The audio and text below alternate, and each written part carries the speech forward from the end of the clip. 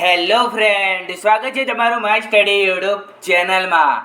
આજે આપણે railway group ડીના એક્ઝામના લગતા વિજ્ઞાનના 25 MCQ સોલ્વ કરીશું. તો શરૂઆત કરીએ પ્રથમ પ્રશ્નથી. ફૂગની કોષ દિવાલ ખાલી જગ્યાની બનેલી હોય છે? ક્યુટિનની, કાઇટિનની, સેલ્યુલોઝની કે પેક્ટિનની? ફૂગની કોષ દિવાલ ખાલી જગ્યાની બનેલી હોય છે તો સાચો જવાબ છે કાઇટિનની બનેલી હોય છે ફૂગની કોષ દિવાલ. નીચેના પૈકી કયો ચેતાકોષનો મહત્તમ ઘટક છે? શિખાતંતુ, અક્ષતંતુ, કોષકાય કે એક પણ નહીં? નીચેના પૈકી કયો ચેતાકોષનો મહત્તમ ઘટક છે? તો સાચો જવાબ છે કોષકાય, જે ચેતાકોષનો મહત્તમ ઘટક છે. પ્રાણીઓના અભ્યાસને કરતી વિજ્ઞાનની શાખાને શું કહે છે? ભૌતિકશાસ્ત્ર, રસાયણશાસ્ત્ર, ખગોળશાસ્ત્ર કે જીવશાસ્ત્ર? પ્રાણીઓના અભ્યાસ કરતી વિજ્ઞાનની શાખાને શું કહે છે? તો સાચો જવાબ છે જીવશાસ્ત્ર કહેવામાં આવે છે પ્રાણીઓના અભ્યાસના વિજ્ઞાનને. શરીરનું સૌથી મોટું અંગ કયું છે? ફેફસા, મોટું આંતરડું, જઠર કે ચામડી? શરીરનું સૌથી મોટું અંગ કયું છે? તો સાચો જવાબ છે ચામડી, જે શરીરનું સૌથી મોટું અંગ છે. શરીરમાં થતી પાચન ક્રિયા એ કઈ રાસાયણિક પ્રક્રિયાનું ઉદાહરણ છે? વિઘટન, સંયોગીકરણ, વિસ્થાપન કે ઓક્સિડેશન? શરીરમાં થતી પાચન ક્રિયા એ કઈ રાસાયણિક પ્રક્રિયાનું ઉદાહરણ છે?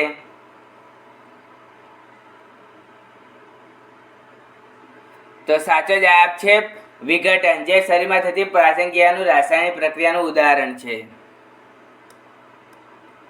પોટેશિયમ નાઇટ્રેટનો ઉપયોગ નીચેનામાંથી શેમાં થાય છે? દવામાં, રાસાયણિક ખાતરમાં, મીઠામાં કે કચરામાં? કાચમાં. પોટેશિયમ નાઇટ્રેટનો ઉપયોગ નીચેનામાંથી પૈકી કયા શેમાં થાય છે? તો સાચો જવાબ છે રાસાયણિક ખાતરમાં થાય છે પોટેશિયમ નાઇટ્રેટનો ઉપયોગ. નખ શેના બનેલા હોય છે? પ્રોટીનના, કેરોટીનના, હિમોગ્લોબિનના કે એક પણ નહીં? નખ શેના બનેલા હોય છે? તો સાચો જવાબ છે કેરોટીનના બનેલા હોય છે નખ. કયા વિટામિનને ફ્રેશ ફ્રૂટ વિટામિન કહેવામાં આવે છે? Vitamin A, vitamin B, vitamin C કે વિટામિન ડી? કયા વિટામિનને ફ્રેશ ફ્રૂટ વિટામિન કહેવામાં આવે છે?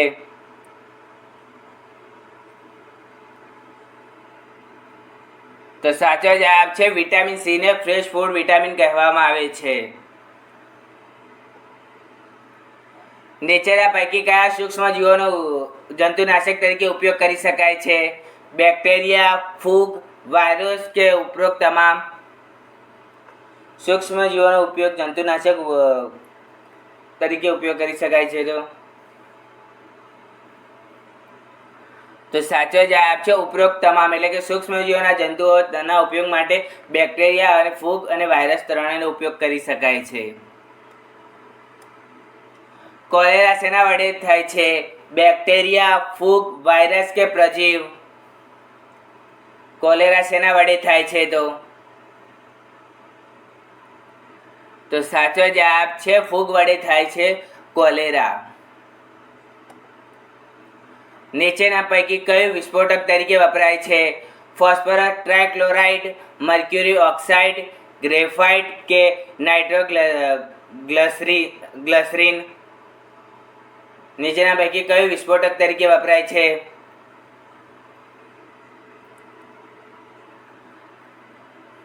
વિસ્ફોટક તરીકે કયું વપરાય છે?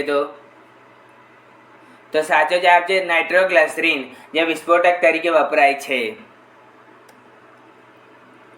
નીચેનામાંથી કયા પાણીમાં સૌથી ઓછો ક્ષાર હોય છે? કૂવાના પાણીમાં, તળાવના પાણીમાં, વરસાદના પાણીમાં કે ડેમના પાણીમાં? કયા પાણીમાં સૌથી ઓછો ક્ષાર હોય છે? તો સાચો જવાબ છે વરસાદના પાણીમાં સૌથી ઓછો ક્ષાર હોય છે. NH3 કેવો પદાર્થ છે? પ્રબળ એસિડ, નિર્બળ એસિડ, પ્રબળ બેઝ કે નિર્બળ બેઝ? NH3 કેવો પદાર્થ છે? તો સાચો જવાબ છે નિર્બળ બેઝ છે NH3.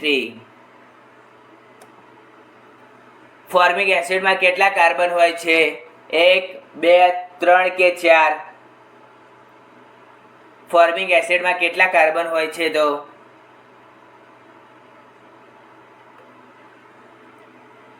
તો સાચો જવાબ છે 1 કાર્બન હોય છે ફોર્મિક એસિડમાં. નીચેના પૈકી કયો વાયુ નિષ્ક્રિય છે? ઓક્સિજન, હિલિયમ, હાઇડ્રોજન કે નાઇટ્રોજન? નીચેના પૈકી કયો વાયુ નિષ્ક્રિય છે? તો સાચો જવાબ છે હિલિયમ, જે નિષ્ક્રિય વાયુ છે. Na કયા તત્વની સંજ્ઞા છે? સોડિયમ, નિયોન, નાઇટ્રોજન કે હાઇડ્રોજન?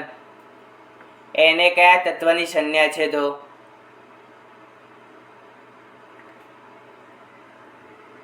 તો સાચો જવાબ છે સોડિયમની સંજ્ઞા છે Na. નીચેનામાંથી કઈ ધાતુ ટીપી શકાય છે? લેડ, સોનું, પ્લેટિનિયમ કે લોખંડ? કઈ ધાતુ પીટી શકાય છે? તો સાચો જવાબ છે લેડ, જે પીટી શકાય છે, ટીપી શકાય છે. કયું અધાતુ તત્વ પ્રવાહી સ્વરૂપે હોય છે? કાર્બન, હાઇડ્રોજન, બ્રોમિન કે ફોસ્ફરસ? કયું અધાતુ તત્વ પ્રવાહી સ્વરૂપે હોય છે?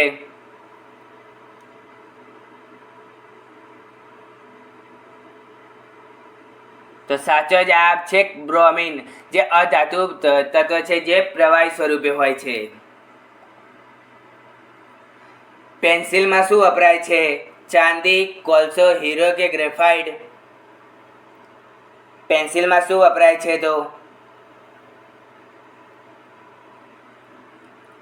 તો સાચો જવાબ છે ગ્રેફાઇટ વપરાય છે પેન્સિલમાં. કાર્બનના કેટલા પ્રકાર છે? 8, 25, 75 કે 4? કાર્બનના કેટલા પ્રકાર છે? તો સાચો જવાબ છે 4 પ્રકાર છે કાર્બનના.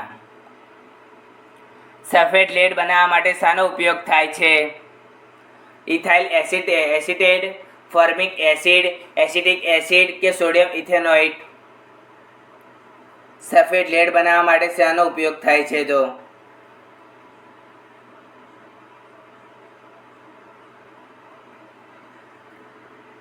તો સાચો જવાબ છે ઇથાઇલ એસિટેટ નો ઉપયોગ થાય છે સફેદ લેડ બનાવવા માટે. બ્યુટેન કયા ગેસનો મુખ્ય ઘટક છે? LPG, CNG, બાયોગેસ કે કુદરતી વાયુ? બ્યુટેન કયા ગેસનો મુખ્ય ઘટક છે? તો સાચો જવાબ છે LPG નો મુખ્ય ઘટક છે બ્યુટેન ગેસ. ગુરુત્વાકર્ષણનો નિયમ સાથે કયા વૈજ્ઞાનિક નામ જોડાયેલું છે? ગેલિલિયો, ડાર્વિન, આઇન્સ્ટાઈન કે ન્યૂટન? ગુરુત્વાકર્ષણના નિયમ સાથે કયા વૈજ્ઞાનિકનું નામ જોડાયેલું છે? એકદમ સિમ્પલ પ્રશ્ન છે. ગુરુત્વાકર્ષણના નિયમ સાથે કયા વૈજ્ઞાનિક જોડાયેલા છે? તો સાચો જવાબ છે ન્યૂટન જોડાયેલા છે ગુરુત્વાકર્ષણના નિયમ સાથે. સાપેક્ષવાદનો સિદ્ધાંત આપનાર વૈજ્ઞાનિકનું નામ શું છે? ગેલિલિયો, આઇન્સ્ટાઈન કે ન્યૂટન કે ડાર્વિન? સાપેક્ષવાદનો સિદ્ધાંત આપનાર વૈજ્ઞાનિકનું નામ શું? જણાવો.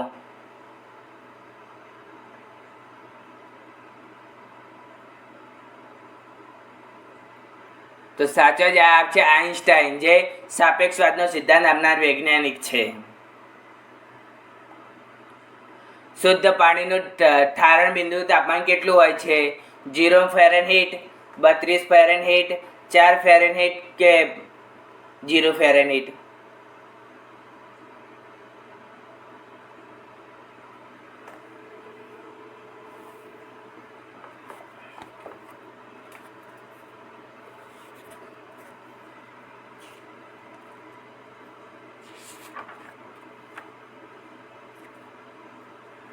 તો સાચો જવાબ છે 32 ફેરનહીટ હોય છે શુદ્ધ પાણીનું ઠારણ બિંદુનું તાપમાન. ફ્રેન્ડ, તમને અમારો વિડીયો ગમ્યો હોય તો લાઈક શેર અને સબસ્ક્રાઈબ કરો. મળીએ છે. Bye bye.